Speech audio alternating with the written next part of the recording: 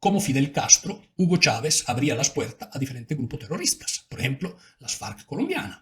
Hugo Chávez se muere y entra al poder Nicolás Maduro.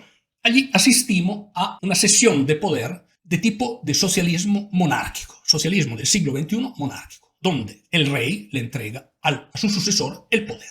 Allí pasó esto en Venezuela. En este vídeo vamos a analizar cómo el país más rico del mundo se convirtió en uno de los países más pobres del mundo, con los niveles de inseguridad más altos. Me refiero al caso de Venezuela, como desde ser la Venezuela saudita, ahora es uno de los países más pobres del mundo, como millones de venezolanos, para poner sus vidas y sus familias en seguridad, han tenido que escapar del país y dirigirse hacia el norte, y qué es lo que está pasando realmente en Venezuela.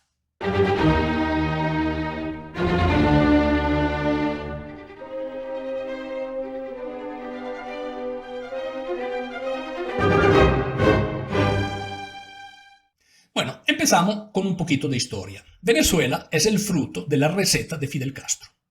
Fidel Castro ha sido y ha implementado una de las ideologías más nefastas que ha conocido el continente americano en su historia.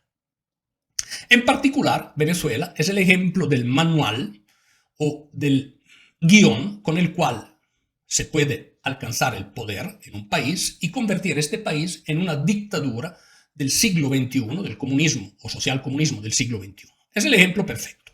Primero que todo, tuvimos un líder, Hugo Chávez, que tenía un fuerte liderazgo, que fue, creo, en absoluto el mejor estudiante de Fidel.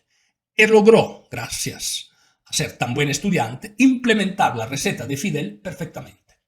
Este señor entró al poder, empezó a intervenir con dinero venezolano en Venezuela alrededor del mundo, de un lado empobreciendo el país, del otro tratando de influenciar los destinos de América Latina.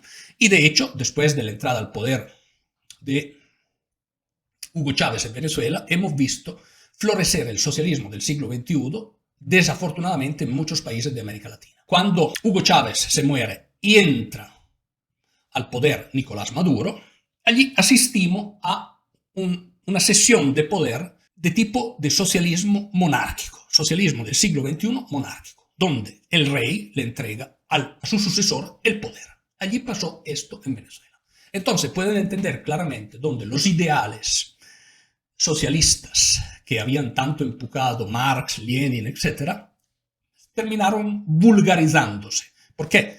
Allí se convirtió en una restauración de lo que eran las antiguas monarquías europeas absolutas. Muy sencillo. Los que creen, las almas bellas que creen que Venezuela es socialista, Venezuela no tiene nada de socialista. Venezuela tiene una banda de personas enriquecida sobre el hambre y la explotación de sus ciudadanos. Allí de socialismo no hay nada. Es mucho peor que el peor ejemplo de capitalismo salvaje que pueden pensar. Mucho peor lo que hay en Venezuela hoy día. Pero dicho esto, la cosa se complica también porque, como Fidel Castro, Hugo Chávez abría las puertas a diferentes grupos terroristas, por ejemplo, las FARC colombianas. Esos grupos tenían sus negocios en el narcotráfico. Entonces, Venezuela no solo se desarrolla como un ejemplo de dictadura como hubiese querido Fidel, pero también alberga un sinnúmero de grupos que están en negocios ilícitos. De hecho, en Venezuela se llegan a constituir dos bandas criminales muy peligrosas, el Cartel de los Soles y el Tren de Aragua. Dicho esto, entonces se convierte en un Estado que juega entre la ilegalidad y la legalidad. Esto hay que entenderlo muy bien, porque hay muchos intereses económicos atrás de esto. Finalmente, hay un tercer factor que hay que tomar en cuenta: la incapacidad y la inoperancia absoluta de los jerarcas bolivarianos en el manejo de la economía. Uno de los países más ricos del mundo y el más rico en petróleo resulta que produce menos petróleo que un pequeño paisito que tiene al lado, que es Guyana. ¿Por qué? Porque el negocio petrolero, repito, es manejado por incapaces. Y cuando tú das a incapaces la rienda del poder, el resultado que tienes es esto. Y así se convierte lo que era uno de los países más ricos del mundo en uno de los países más pobres, uno de los 5 más pobres países al mundo, a pesar de tener una cantidad de recursos naturales infinitas. Pero parece que los altos jerarcas venezolanos, en lugar de querer explotar esos recursos, que son recursos legales, prefieran estar en otro negocio que tan legales no son.